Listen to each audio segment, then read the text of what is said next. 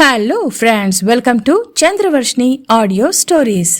నీవేంటి నేనుంటా, a heart touching romantic love story. Story విన్న వెంటనే లైక్ చేసి కామెంట్ పెట్టండి.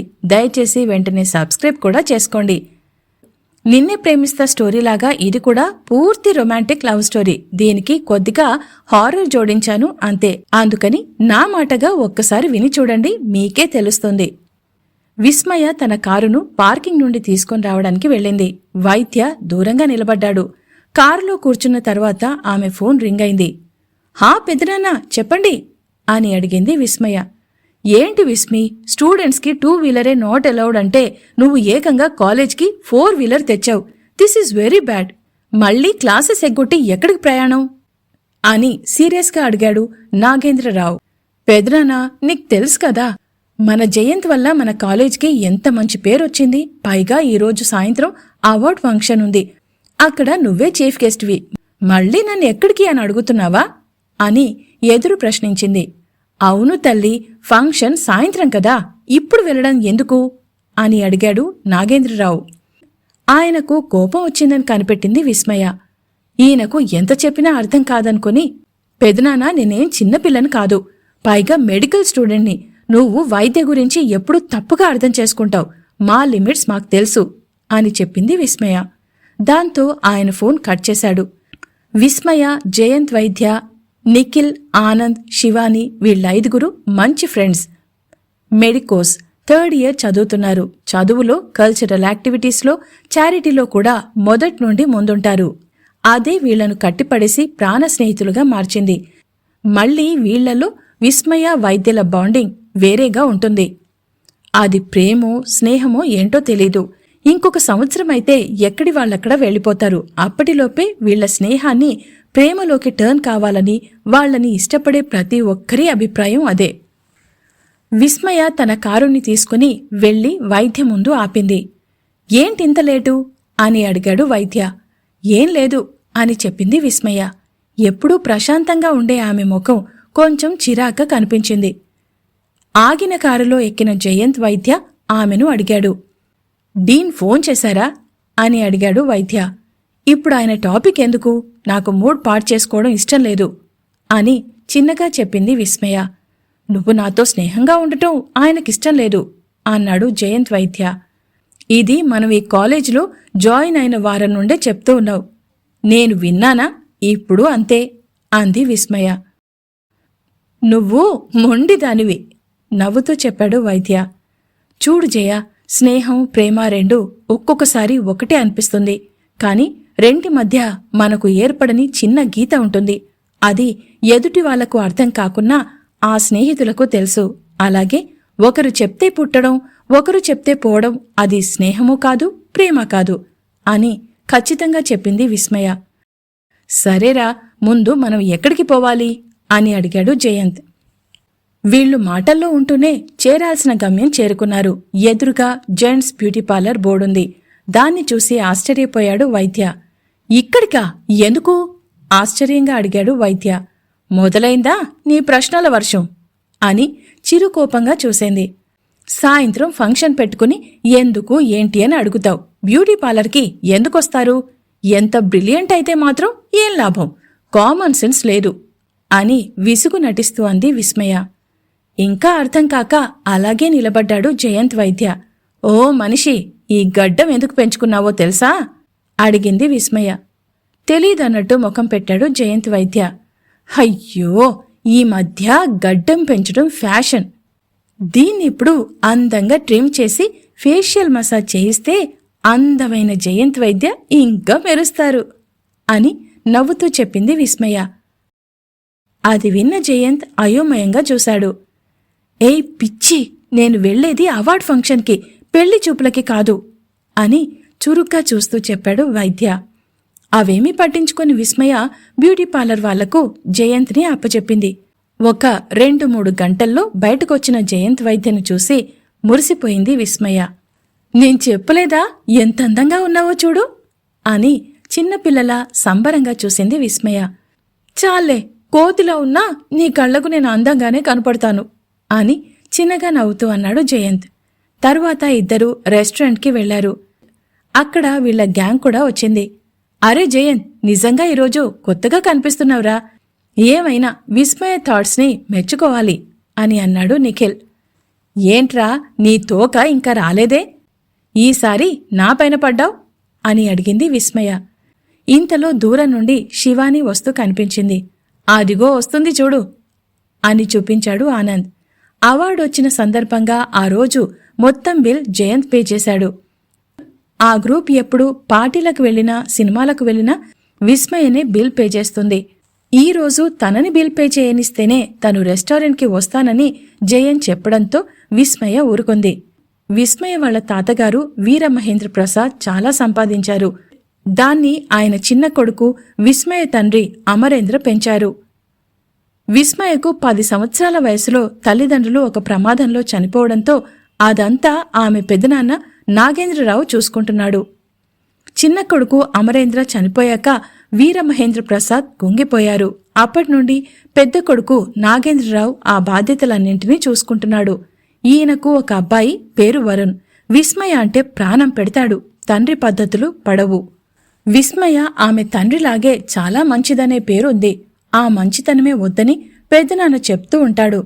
ఆమె కో స్టూడెంట్ జయంత్ వైద్యతో క్లోజ్గా ఉండటం, ఒక గ్రూప్ లాగా ఫ్రెండ్స్ని మెయింటైన్ చేయడం నచ్చదు. అడుగడుగునా ఆమెకు కాషన్స్ ఇస్తూ ఉంటాడు.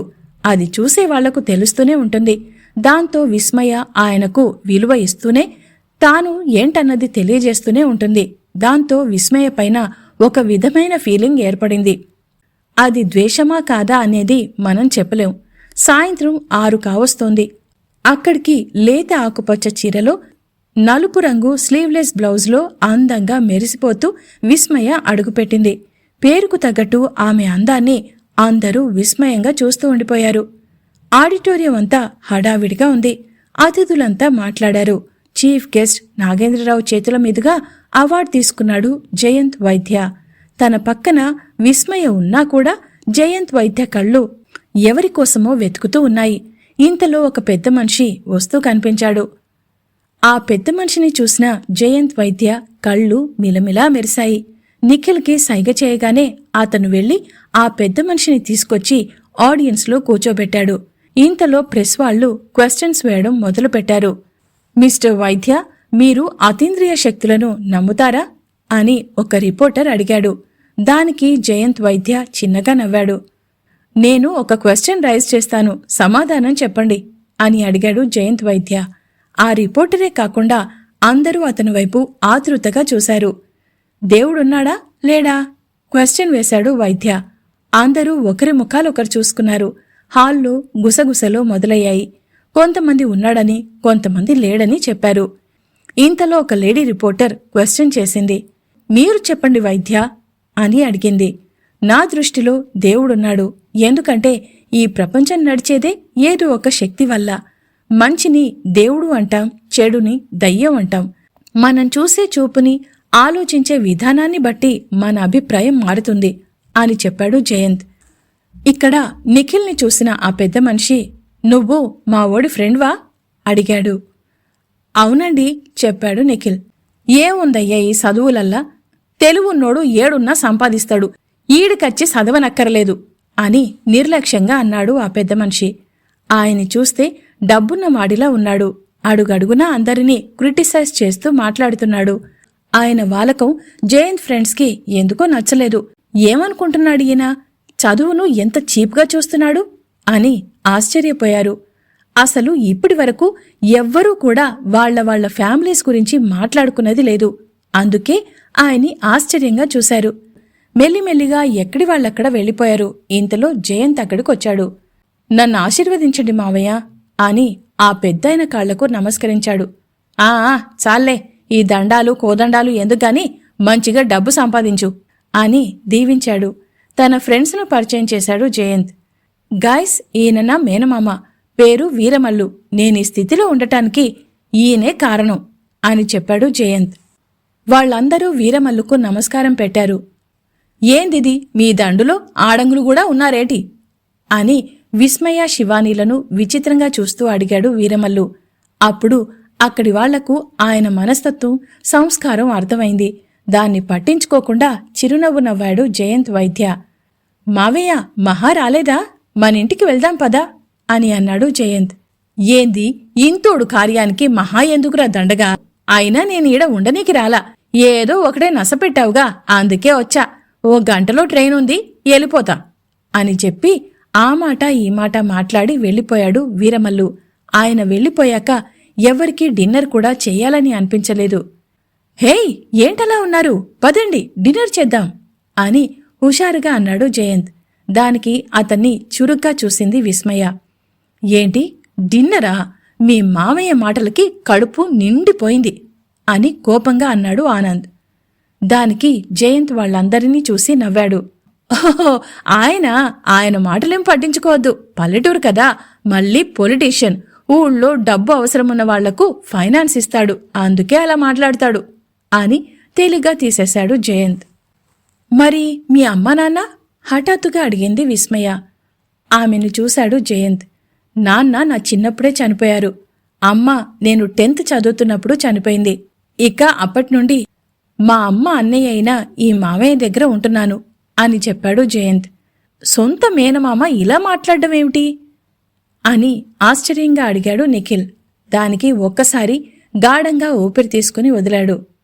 మా అమ్మ మామయ్య మాట కాదని మా నాన్నగారిని ప్రేమించి పెళ్లి చేసుకుంది.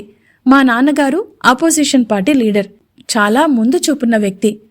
మా నాన్నగారు మావయ్య గారు ఇద్దరూ ఉత్తర దక్షిణ ధృవాలు.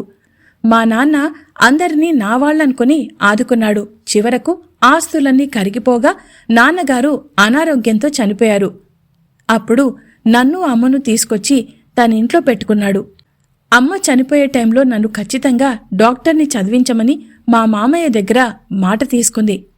అందుకుగాను అంతా పోగా మిగిలిన 10 ఎకరాల మామిడి తోట, ఊళ్ళో ఉన్న చిన్నపాటి బంగ్లా ఆయన వద్దన్న వినకుండా మా మామయ్య దగ్గరే తాకట్టు పెట్టింది. పెద్దయ్యాక నా కొడుకు సంపాదించి నీ అప్పు తీర్చాక వాడికి ఇవి అప్పచెప్పమని అమ్మ కన్నుమూసింది అని చెప్పాడు జయంత్. అలాంటప్పుడు ఇంత ఇదిగా వినయంగా ఒదిగి నిలబడి ఆయనేదో త్యాగం చేసినట్లు మీ మావయ్యకు గొప్ప బిల్డప్ ఇచ్చావెందుకురా?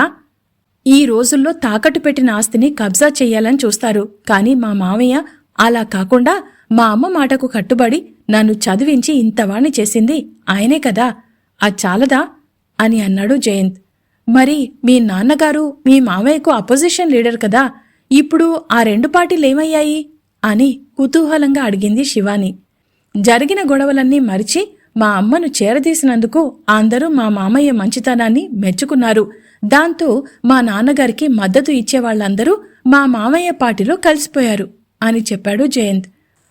అది సంగతి. మీ మావయ్య మహా మాయదారోడ్రా. మిమ్మల్ని ఆదుకున్నది మీ మీద ప్రేమతో కాదు, పదవి మీద ఆశతో. మిమ్మల్ని ఇంటికి తీసుకురావడం వల్ల మీ నాన్నగారి పరపతి, ఆస్తి 2 దక్కించుకొని ఇప్పుడు మీ ఊళ్ళో తిరుగులేని లీడర్ అయ్యాడు. ఇప్పుడు పూర్తిగా అర్థమైంది అని కోపంగా అన్నాడు ఆనంద్.